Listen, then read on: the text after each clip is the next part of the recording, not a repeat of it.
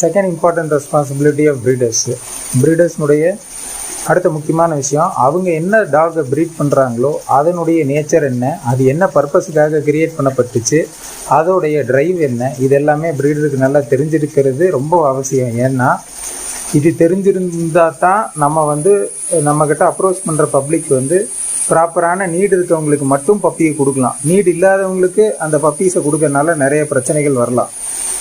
ஒரு உதாரணத்துக்கு பார்த்திங்கன்னா, இப்போ கோம்பை டாக்ஸ் ஒரு கேட்டில் கார்டிங் டாக்ஸ், ஒரு ஃபார்ம் கார்டிங், ஓரளவுக்கு ஒரு பெரிய ஹவுஸ் கார்டிங் டாக்ஸ்ன்னு வச்சுக்கிட்டோம்னா அவங்களுக்கு மினிமமாக ரன்னிங் ஸ்பேஸ் தேவைப்படுது. இப்போ ஒரு அப்பார்ட்மெண்ட்டில் கோம்பை வளர்த்தணும்னு நினச்சாங்கன்னா நான் கண்டிப்பாக ரெக்கமெண்ட் பண்ண மாட்டேன். ஏன்னா அதோட எனர்ஜி அது டெய்லி அதுக்கு ஸ்பெண்ட் பண்ணாமல் விட்டோம்னா அந்த டாகில் நிறைய பிரச்சனைகள் வரும், வளர்த்துறவங்களுக்கு ரொம்ப சிரமமாக போயிடும். அதனால் நான் பொதுவாக அப்பார்ட்மெண்ட்டில் இருக்கவங்களுக்கு கோம்பைகள் சஜஸ்டே பண்ண மாட்டேன், மேக்ஸிமம் கொடுக்கவும் மாட்டேன், கொடுத்ததே இல்லை இது வரைக்கும் அப்பார்ட்மெண்ட்டில் வளர்க்குறவங்களுக்கு.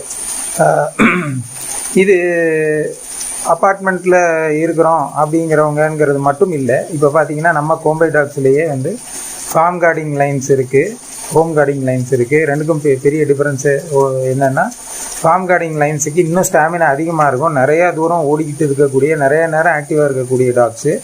ஹோம் கார்டிங் டாக்ஸ்னால் அவங்களும் ரன் பண்ணுவாங்க, எனர்ஜி ஸ்பெண்ட் தேவைப்படுது, பட் ஒரு ரிலேட்டிவ்லி சின்ன ஏரியா இருந்தால் ஓகே தான்.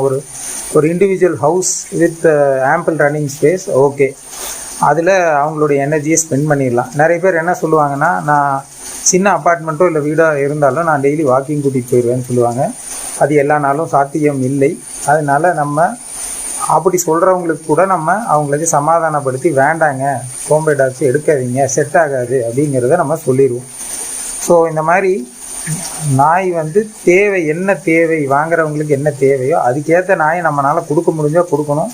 இல்லைன்னா வலுக்கட்டாயமாக அவங்களுக்கு செட் ஆகாத டாகை அவங்களுக்கு கொடுத்துட்டிங்கன்னா பின்னாடி அவங்க தான் சிரமப்படுவாங்க. சிரமப்பட்டால் நாயை தெருவில் விடுவாங்க, அபேண்டன் பண்ணுவாங்க, எல்லாமே பண்ணுவாங்க.